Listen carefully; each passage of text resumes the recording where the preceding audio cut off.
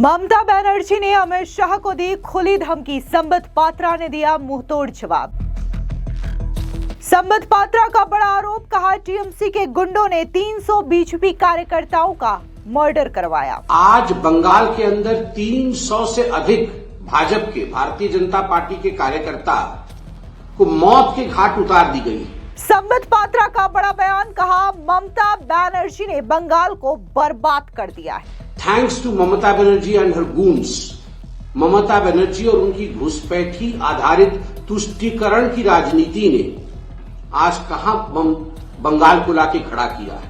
संबित पात्रा का दावा, कहा बंगाल में बीजेपी 2/3 बहुमत से बनाएगी सरकार। कि 15 अप्रैल 2026 के बाद 2/3 बहुमत के साथ भाजपा की सरकार बंगाल में बनेगी। पश्चिम बंगाल की मुख्यमंत्री ममता बनर्जी के बयान से सियासी गलियारों में खलबली मच गई है। उन्होंने कोलकाता पहुंचे देश के गृह मंत्री अमित शाह को अप्रत्यक्ष रूप से खुली धमकी दे डाली है। उन्होंने कहा कि वो चाहती तो अमित शाह को होटल से बाहर नहीं निकलने देती। अब उनके इस बयान पर बीजेपी के सांसद संबित पात्रा ने तीखा प्रहार किया। उन्होंने ममता बनर्जी पर न सिर्फ केंद्रीय गृह मंत्री अमित शाह पर बल्कि पूरे देश को धमकाने का आरोप लगाया। साथ ही संबित पात्रा ने दावा किया कि ममता बनर्जी और उनकी पार्टी के गुंडों ने 300 से ज्यादा बीजेपी कार्यकर्ताओं की हत्या करवाई है।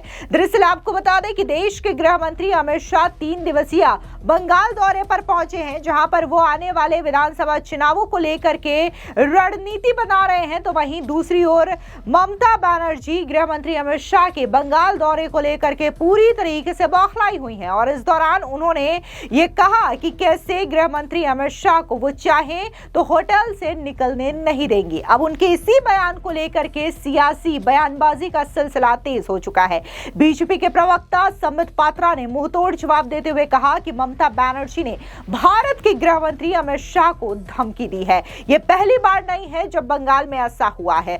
आप अमित शाह को धमकी नहीं दे रही हैं, आप भारत को धमकी दे रही हैं। आप बीजेपी पश्चिम बंगाल में 2/3 बहुमत से सरकार बनाएगी। संबित पात्रा ने साथ ही यह भी बड़ा आरोप लगाया कि पश्चिम बंगाल में ममता बनर्जी और उनकी पार्टी टीएमसी के गुंडों ने 300 से ज्यादा बीजेपी कार्यकर्ताओं की हत्या करवाई है।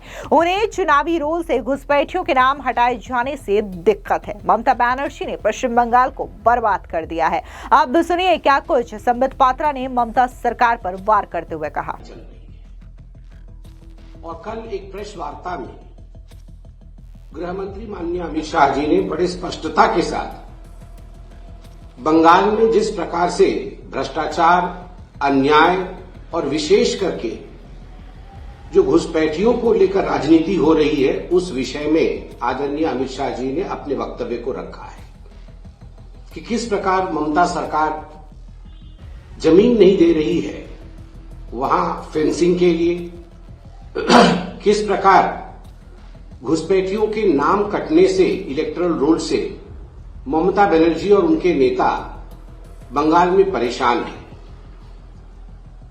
जब यह प्रेस कॉन्फ्रेंस समाप्त हुआ, उसके बाद ममता बनर्जी जी ने जिस प्रकार से अमित शाह जी को धमकी भरी शब्दों से संबोधित किया है, Mamata Banerjee has threatened the home minister of India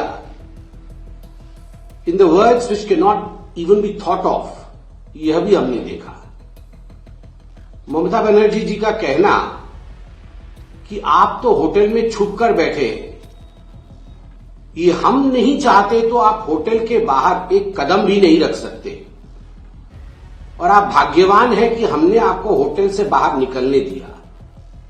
मैं दोहराता हूं, ममता बनर्जी जी ने गृह मंत्री अमित शाह जी के लिए कहा कि आप होटल के अंदर छुप कर बैठे हैं और आप भाग्यवान हैं जो हम आपको होटल के बाहर निकलने दे रहे हैं, वरना अगर हम चाहते तो आपको होटल से बाहर निकलने नहीं देते। यह देश के एक बड़े राज्य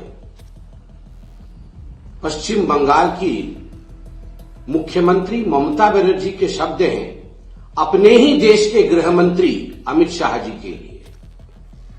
और ये कोई पहली बार हो रहा है ऐसा नहीं है।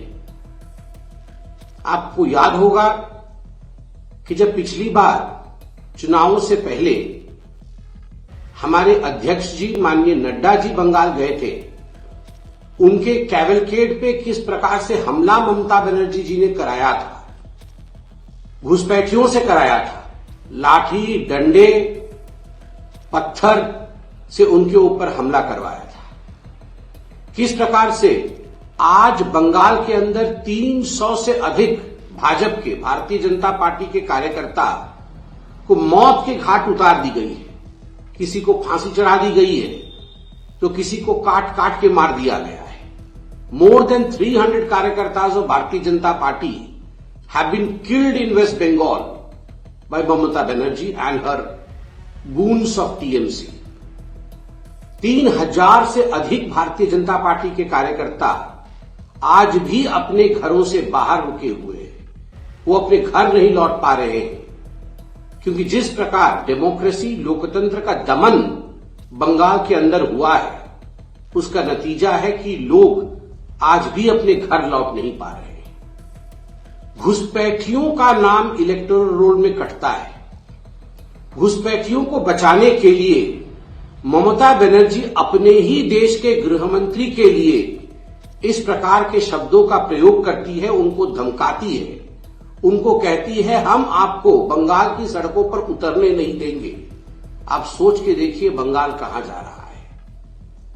बंगाल वह राज्य है जिसके लिए पहले कहा जाता था कि what Bengal thinks today India thinks tomorrow, अर्थात एक प्रगतिशील राज्य, एक ऐसा राज्य जहां की सोचने की क्षमता, जहां की समझने की क्षमता, जहां की विद्वता, जहां की बुद्धिमत्ता अपने आप में अद्वितीय थी पूरे हिंदुस्तान में। आज उस बंगाल में thanks to Mamata Banerjee and her goons, Mamata Banerjee और उनकी घुसपैठी आधारित तुष्टीकरण की राजनीति ने आज कहां बंगाल को लाके खड़ा किया है। चाहे वो आर्थिक दृष्टिकोण से हो, चाहे इंडस्ट्रीज के दृष्टिकोण से हो, ममता बनर्जी के तुष्टीकरण की राजनीति ने ध्वस्त कर दिया है बंगाल को। और ममता जी, आप ये जो धमकी गृह मंत्री को दे रहे हैं, ये धमकी केवल गृह मंत्री जी के लिए नहीं है, ये धमकी प्रत्येक भारतीय के लिए है।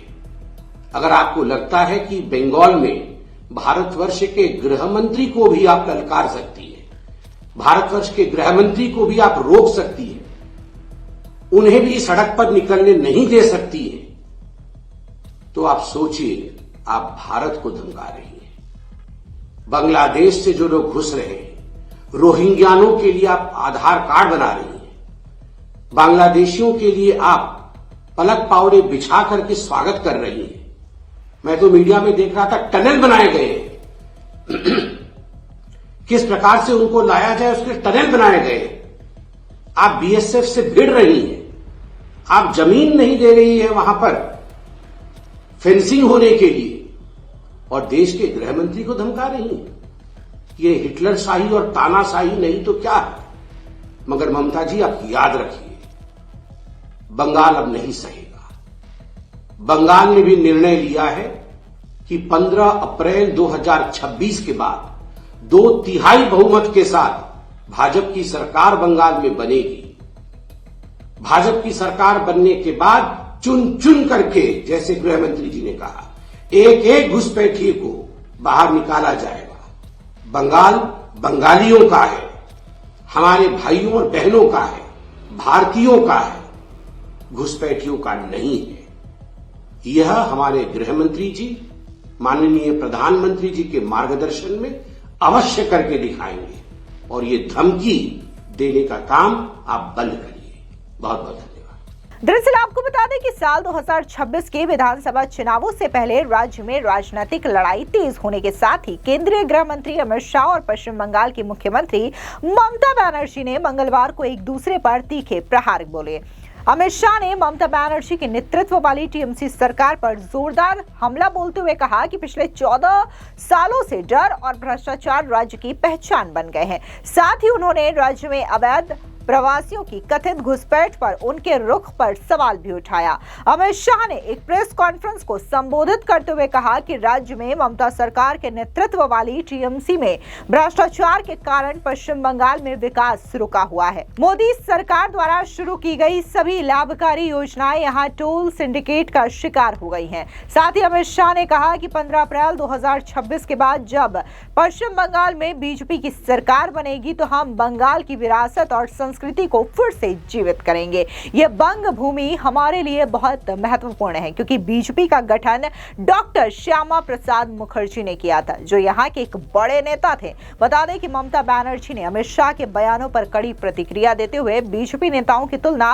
महाभारत काव्य के पात्र दुर्योधन और दुशासन से कर दी। अमित शाह के आरोपों पर जवाब देते हुए ममता बनर्जी ने जोर देकर के कहा कि टीएमसी सरकार ने पेट्रापोल और एंडल में बाड़ लगाने के लिए जमीन दी है। मुख्यमंत्री ममता ने कहा कि बंगाल में एक दुशासन आया है, जैसे ही चुनाव आते हैं दुशासन और दुर्योधन दिखने लग जाते हैं। दुशासन आया है शकुनी का चेला, जो जानकारी इकट्ठा करके आया है। आज वे कह रहे हैं कि ममता बनर्जी ने जमीन नहीं दी। अगर मैंने जमीन दी होती तो क्या होता? पेट्रापोल में जमीन किसने दी? अंजाल में जमीन किसने दी? इतना ही नहीं, ममता बनर्जी ने यह भी सवाल उठाया कि क्या घुसपैठिए सिर्फ बंगाल में है, जम्मू कश्मीर में नहीं। फिलहाल जिस तरीके से ममता बनर्जी चुनावों से पहले पूरी तरीके से दम के साथ दिखाई दे रही हैं और बीजेपी नेताओं पर एक एक करके हमला कर रही हैं। हालांकि जिस तरीके से एसआईआर के बाद घुसपैठियों का मुद्दा जो है वो पश्चिम बंगाल में एक बड़ा चुनावी मुद्दा और बीजेपी के लिए एक बड़ा चुनावी हथियार बनता हुआ दिखाई दे रहा है। फिलहाल इस पूरी खबर पर आपकी क्या राय है, कमेंट सेक्शन में जरूर बताएं। धन्यवाद।